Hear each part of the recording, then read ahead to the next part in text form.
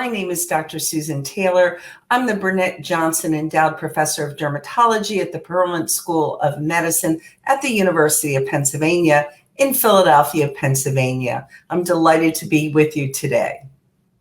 Well, skin of color refers to populations whose identity are other than non-Hispanic whites. So this can include Blacks or Africans, Hispanic or Latinx population, Asian, Pacific Islanders, American Indian, Native Alaskan, Indigenous Australia. It can also encompass people from the Middle East, and those who are biracial and multiracial. So it's a pretty broad term. There are some people who describe people with skin of color as those with Fitzpatrick skin types 4, 5, and 6. That is, those who burn minimally or never burn at all.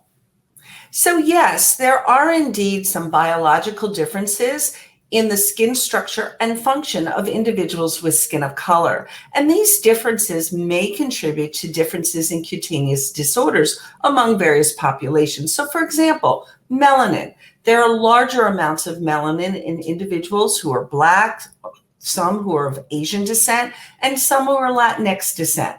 Melanosomes are much larger in many of those individuals, and they're distributed throughout the epidermis, for example.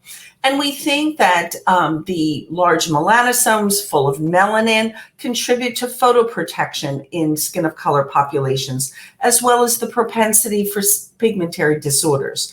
Just one other example are ceramides. The ceramide cholesterol ratio is significantly lower in Blacks compared to Asians and whites. So this is going to have implications for dry skin, as well as diseases like atopic dermatitis, and may account for the increased disease severity in that disorder.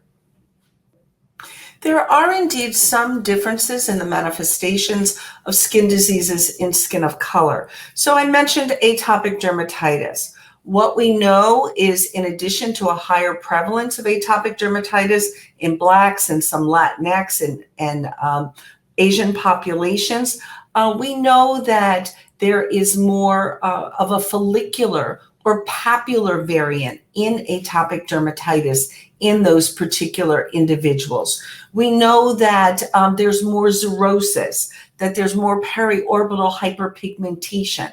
There's less erythema, and in some of these populations, there can be more lichenification. So that's just one example of differences. So I am happy to report that in 2022, 2023, there are many advances related to dermatology for skin of color. There is more clinical as well as basic science research that is occurring. There's more analysis on social determinants of health, like environmental antigens and pollutants in skin of color populations. I think there's improvement in cultural competency and humility. And there's more education in regard to understanding and being able to diagnose and treat diseases in skin of color populations. So I'm absolutely delighted at the advances that are occurring. Now, that doesn't mean that more needs to be done. More definitely needs to be done to understand these disorders and this broad range of populations that we call people with skin of color. I look forward to seeing everyone in Singapore. I'm delighted to be able to deliver a plenary session. Bye.